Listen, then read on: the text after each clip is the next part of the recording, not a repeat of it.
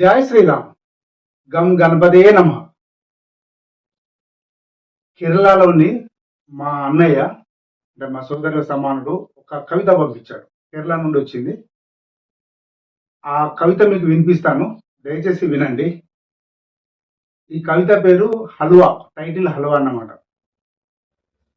US పోయిన అంటే United states of పోయిన, యూకేకు వెళ్ళిన, ఏ దేశమేగిన ఎందు కాలిడిన, తెగడరా నీ తల్లి భూమి భారతిని, కూల్చరా నీ మాతృ దేశ గౌరవం. ఇది అన్నయ్య పంపించిన కవిత.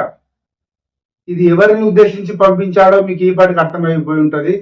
ప్రముఖ రాజకీయవేత్త, వంశ పారంపర్యంగా రాజకీయాలు ఔపాసన పడుతున్న కుటుంబము, లోక్సభలో ప్రతిపక్ష నాయకుడు గారైన శ్రీ రాహుల్ గాంధీ గారి గురించి వచ్చిన కవిత ఇది. మిత్రులారా, కవితతో ఏం కాదు, లేకపోతే మాటలతో ఏం కాదు, చేతలతో ఏమన్నా అవుతుంది. ఆలోచనతో, భావనతో 10 మందిని ఏదైనా చేయొచ్చు.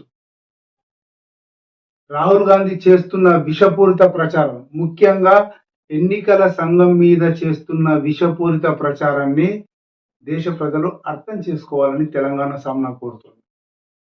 ఇది చిన్న విషయమే. ఎన్నికల సంఘం కరెక్ట్ గా సజావుగా ఎన్నికలు నడిపించలేదంట. లేకపోతే బీజేపీకి 240 వచ్చేవి కాదట. సరే, అది రాజకీయ. బీజేపీకి 240 వస్తాయా, 24 వస్తాయా, 10 వస్తాయా, అసలు ఏమి రావు అనేది రాజకీయ విమర్శ. దాన్ని పట్టించుకోవడానికి ఏం లేదు. కానీ స్వయం ప్రతిపత్తి కలిగిన ఎలక్షన్ కమిషన్ ఈ రకంగా ప్రపంచ వేదికగా అబాసు పాలు చేయడం ఎంతవరకు కరెక్ట్ అనేది రాహుల్ గాంధీ ముందున్న సవాల్. అంటే రాహుల్ గాంధీ గారు ఎక్కడ మాట్లాడినా, ఇండియాలో మాట్లాడినా, లేకపోతే ఇంకా ధనుష్కోటికి వెళ్ళి మాట్లాడినా, లేకపోతే కాశ్మీర్ కొండలోకి వెళ్ళి మాట్లాడినా కూడా అది వాడితే, ప్రపంచవ్యాప్తంగా వాడితే చెప్పిన దానికి వెళ్ళి. ఎందుకంటే సెలబ్రిటీ కాబట్టి, పొలిటికల్ సెలబ్రిటీ కాబట్టి ఆ వ్యవస్థ ఉంటది, అంటే ఆ ప్రచారం ఉంటది, ఆ వైరల్ ఉంటది. లేకపోయినా వాళ్ళ మీడియా వాళ్ళకి చేసుకుంటది. దాని గురించి అనడం కాదు, దేశ పరువు ప్రతిష్టకు సంబంధించిన ప్రశ్నల్ని, అక్కడ విమర్శల్ని వేయడం ఎంతవరకు కరెక్టు. సిక్కుల గురించి మాట్లాడుతూ వివాదాస్పద వ్యాఖ్యలు చేస్తున్నాడు రాహుల్ గాంధీ గారికి. ఒక్క ప్రశ్న, 1984లో ఇందిరాగాంధీ గారిని చంపిన తర్వాత, సత్వంత్ సింగ్ బియాన్ సింగ్ ఇందిరాగాంధీ గారిని చంపిన తర్వాత ఢిల్లీలో లేకపోతే పంజాబ్ లో అక్కడ రేగిన అల్లర్లకు బాధ్యులు ఎవరు? ఇదొక ప్రశ్న. అంటే సమాజం ముందున్న ప్రశ్న. ఆ సమాజంకు మీరు చెప్పాల్సిన జవాబు ఏంటి? ఈ విసురుతున్న సవాల్కు మీరు చెప్తున్న జవాబు ఏంటి? ఏ రకంగా చూసినా కూడా రాహుల్ గాంధీ తన యొక్క అసహనాన్ని, అంటే 10 సంవత్సరాలుగా అధికారం లేరు, ఇంకో 5 సంవత్సరాలు ఉంటారా, వస్తారా, రారా, తర్వాత ఎలా ఉంటుందో తెలియదు. ఈ క్రమంలో 10 సంవత్సరాలు అధికారంలో లేని అసహనాన్ని అంతర్జాతీయ వేదికగా అమెరికాలో చూపిస్తున్నాడు. అసలు వెళ్ళింది అందుకు, ఇంకెందుకు వెళ్ళాడు? మరి ఏం పని ఉంటుంది? ఏమైనా దౌత్యపరమైన సంతకాలు పెట్టేది ఉందా? ఏమైనా డీలింగ్ చేసేది ఉందా? దేశానికి ఏమైనా లక్షల కోట్ల ఫండ్స్ తెచ్చేది ఉందా? ఎందుకు పోయినట్టు? సరే, ఎందుకో పోయిన వ్యక్తిగత పని మీద పోయి ఉండొచ్చు, ఇంకా వేరే పని మీద, కాంగ్రెస్ పని మీద పోయి ఉండొచ్చు. దాన్ని వేదికగా మాట్లాడుతున్న క్రమాన్ని మీలో ఉన్న దేశభక్తిని శంకించే విధంగా ఉన్నాయి. దయచేసి ఈ విషయాన్ని గమనించండి. కాంగ్రెస్ శ్రేణులు కూడా ఈ విషయం మీద ఆలోచించాలా. అంటే చిన్న పిల్లవాడే కావచ్చు, కానీ అతని యొక్క తెలివిని, అతని యొక్క సామర్థ్యాన్ని గుర్తించే ఆర్గనైజేషన్ కావాలి. కార్యకర్తలే కావచ్చు, కార్యకర్త యొక్క తెలివిని కూడా వాడుకునే శక్తి ఆర్గనైజేషన్కి ఉండాలి, ఆయన నాయకులకు ఉండాలి.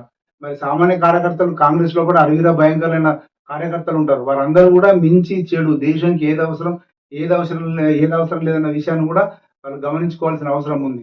ఇలాంటి వాక్యాల వల్ల ఇవాళ దీని మీద, ఎలక్షన్ కమిషన్ మీద అన్నారు, రేపు భారత రాజ్యాంగం మీద అంటారు, రేపు రాష్ట్రపతి మీద అనొచ్చు, లేకపోతే దేశం మీద కూడా అనొచ్చు. ఇది ఎంతవరకు కరెక్ట్ అనేది ప్రశ్నకు కాంగ్రెస్, రాహుల్ గాంధీ దగ్గర జవాబు లేదు. దీన్ని చాలా సీరియస్ గా, అంటే ఈ విషయాన్ని బీజేపీ ఖండించింది. ఎందుకంటే అది ప్రభుత్వంలో ఉంది కాబట్టి, ఎలక్షన్ కమిషన్ ఇట్లా ఉంది కాబట్టి, దాంట్లో 240 మాకు వచ్చాయన్న మాట మాట్లాడుతున్నాడు కాబట్టి బీజేపీ అంటే అని ఉండొచ్చు. కానీ దేశ ప్రజలు కూడా దీన్ని ప్రశ్నించాల్సిన అవసరం ఉంది మిత్రులారా. దేశ ప్రజలు కూడా ఏంది, అసలు ఏం జరుగుతుంది?